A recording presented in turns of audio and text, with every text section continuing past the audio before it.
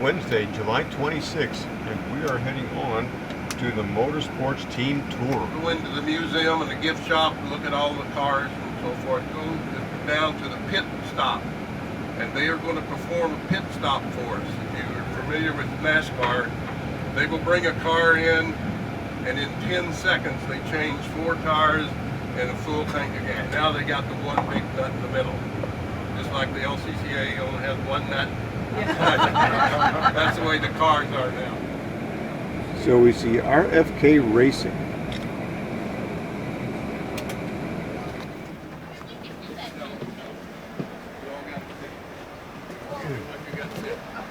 So what does RFK mean? Good morning. Roush Fenwick Kozlowski Racing. Okay. It's a mouthful. Hello, Melissa. This place is just full of automobiles, racing cars, engines, 800 horsepower. 850 horsepower. 900 horsepower.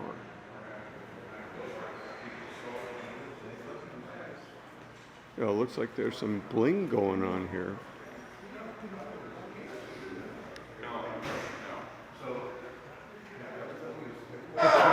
So we have a chance to do a simulator, and some of our key drivers are doing that. And this is who we have set up. Easy. All right, pick it up. Let's go. Yeah, Now you get it, hang with it.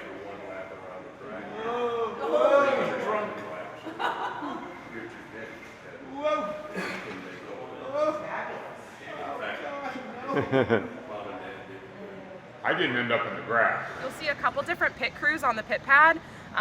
There are a couple different rotations of pit crews that come through. Right now we're operating a developmental team, so it's actually in the truck series.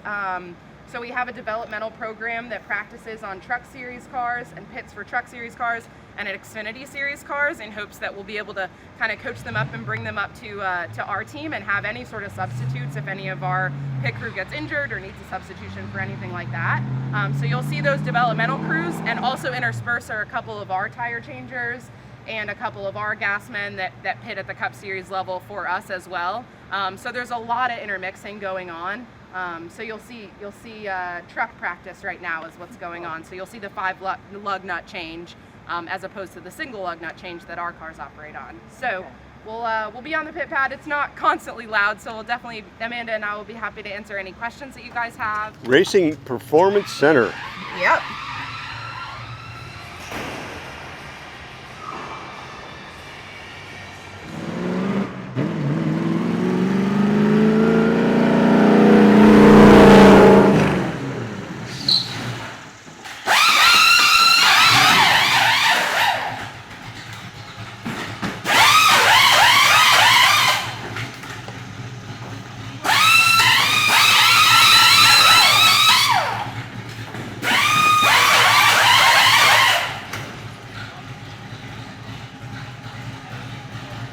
Hey, it looks like they're done.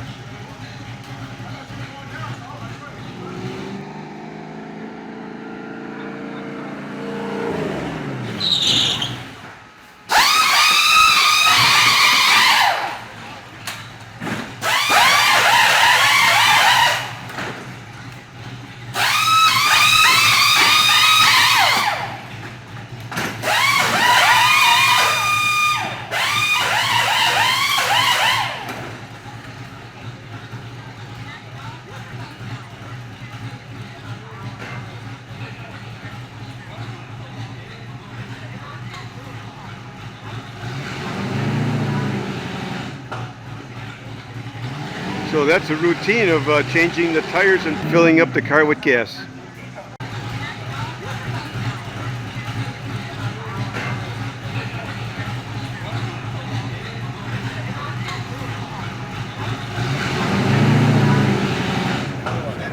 Hendricks Motorsports.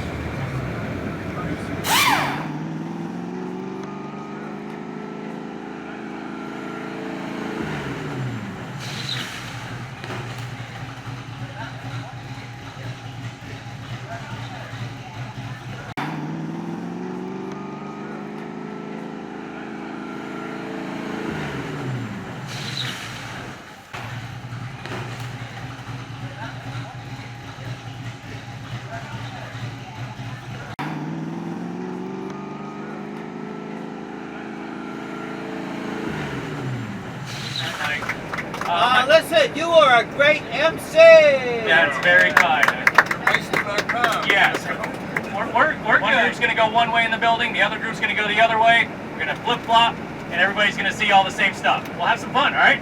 Yep. Good deal. That is a good question. Well, first off, thank you, everybody. I know you've had an exciting morning and getting to go to a couple of race shops. Is this your last stop? Yes. Well, welcome to NASCAR. This is the NASCAR R&D Center. We have a couple of things here. Upstairs, we have the executive offices for our Chief Racing Development Officer. We've got our competition team. We've got our series directors for Truck, Xfinity, and Cup. That is all run out of this shop. Let me introduce you, CJ Tobin, standing in the wings here. How's it going? Did you want me to say? This would be lovely. Okay, Yeah, absolutely. Awesome. All right. How's everybody going? On behalf of NASCAR R&D and Lionel, thank you guys for supporting us. Thank you for supporting Lionel. We hope you have a great time here at the R&D Center. I'm a vehicle systems engineer here at NASCAR. So you've already kind of understand what goes on this side. What we're going to get into is this bay right here is what we call the teardown bay, and then we'll go into we're going to start out in the engineering section of the R&D Center. We'll go in a little bit more in depth on everything. Please feel free to take these 3 chassis right here. You can take photos. We'll have another opportunity to come back around. This will be our second. So Dan, Dan is the subject matter expert in all that is OSS. So he'll be able to answer any and every question because he's probably been asked it 10 to 20,000 times. So I'll pass it over to Dan. All right, morning everybody. Welcome. Thank you for coming.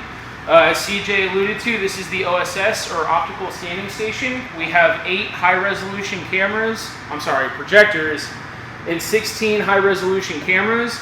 We take 150,000 points of data in 2.5 minutes. So we'll have a team roll the car up onto the platform. They'll put the sensors on the car. We have these giant aluminum plates that will go on the wheels that will help the system acknowledge where the 4 corners are.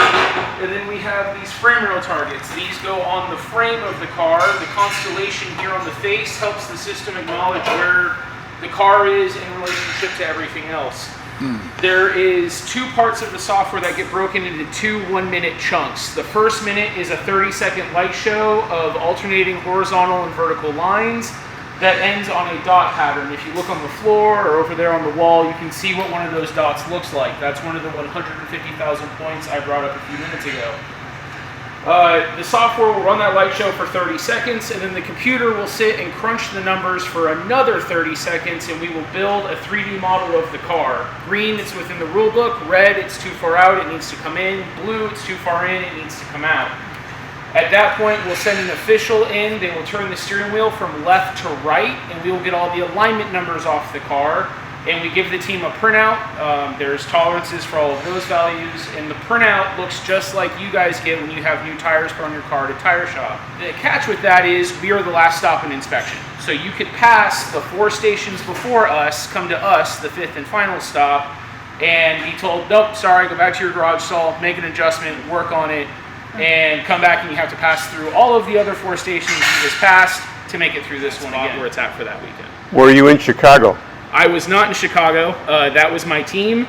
I was able to remotely help them from here, and the stories I heard made me nervous. And I have roughly 20,000 operational hours tied up with this system. So I'm very proud of my field guys. They handled it well. They did exactly what they should have, as they should have, and the system worked great for the weekend. Yeah, so Jay is the subject matter expert in all of that. He's getting data and he's bringing that data back, and then us on the vehicle design, us and the rest of the safety, aero performance, we're all looking through that data to ensure that the parts we design are actually holding up to the standard. Every car is it's mandatory that every car has one. That's like the black box? Yeah, exactly. Yeah, it actually just landed back in the United States, so you all are part of the first groups to actually seeing it back stateside. As you can see, it's pretty dirty. This isn't paint. This is the actual dirt and grime from the law that we then clear coated over so that we can keep a part of history. So I just want to show you this little part of history so you guys can take photos and enjoy it. Where did you finish? So we finished first because we're the only car that races within our group because G56 is a slot specifically for prototype or emerging technologies. And the FIA was gracious enough to bring us over and allowed us to design a car. But we did very well. We were running with GT cars up until a certain point, but we were all very happy. We finished the race. It was an amazing experience.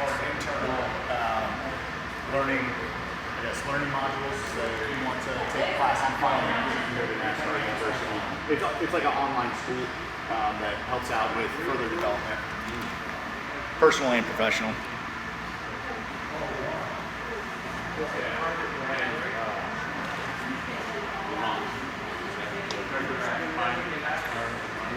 Yeah, so we actually ran in 1976. We had 2 cars that one lasted 2 hours and one lasted less. Okay.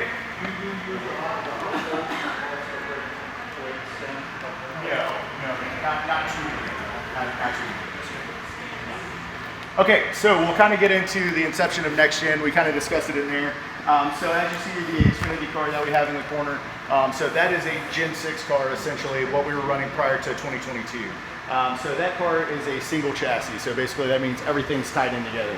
What you would usually see for a car like that, if it folded up, they backed it into a wall during practice or qualifying. If it was a pretty significant hit, they would just go to their backup car that's in the hall and pull that out and completely redo it.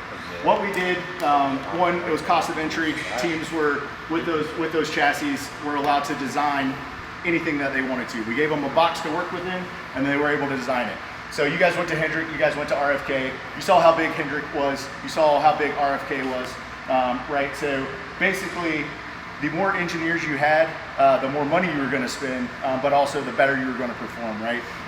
Us as engineers, we have a lot of great ideas. We don't realize those great ideas cost a lot of money. But if it puts you ahead on the track, then team owners were going to do it. So some of the smaller teams and even the bigger teams, hey, this is costing us a lot of money, a lot of time, a lot of resources. So at NASCAR, we came up with the next gen idea. So the next gen chassis is a modular chassis. What that means is the front clip is independent of the center section, the rear clip is independent of the center section, they're all different. So what you see here is a center section that's a bare chassis. Behind that, and we'll kind of get into more on the other side, is the rear clip where your fuel cell is.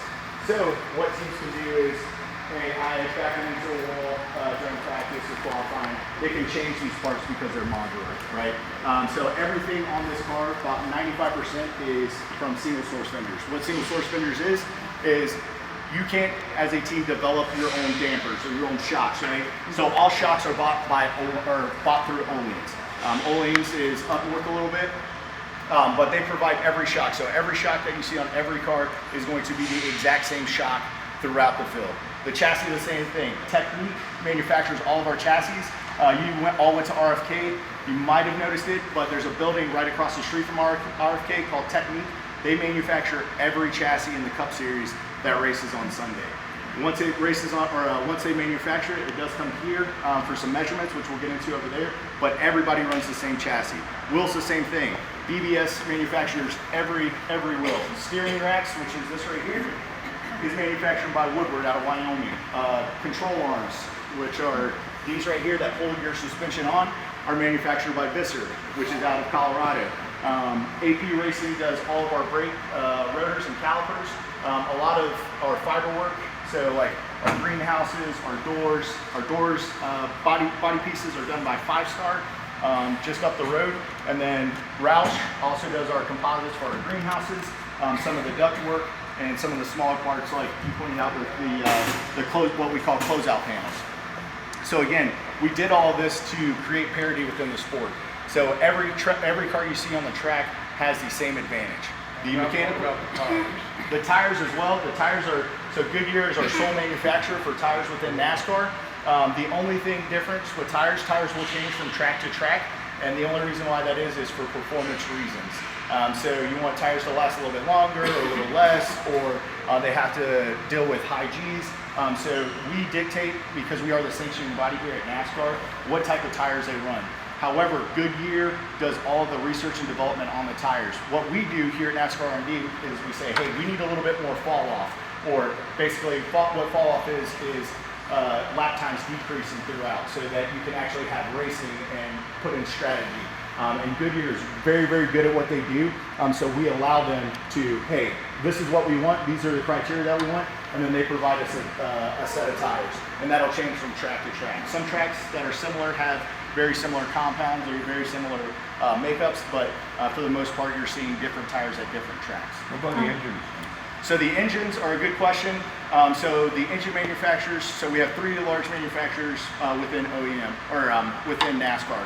The 3 are Toyota, Ford, and Chevrolet. So you got to see Chevrolet and you got to see Ford with the 2 shops. Toyota's the last one that you didn't get to see. But those are our 3 manufacturers. That's the only thing that's going to change from car to car is the OEMs that actually support Well, them. thank you, everybody. I know you've had an exciting morning and getting to go to a couple of race shops. Is this your last stop? Yes. Well, welcome to NASCAR. This is the NASCAR R&D Center. We have a couple of I things. forgot, this is the high-tech bus with the microphone. That's right, first class all the way. Again, hope you had a great time. You continue to have a great time all week long. Enjoy the Charlotte area. We're extremely happy to have you here. And, safe travels back to the hotel, wherever your travels might take you the rest of the day and the rest of the week. And just remember, wherever you go the rest of the week, just remember your favorite Lionel employee was Matt Kentfield, okay? Just remember that. Yay! All right. Thank y'all. Have a great day.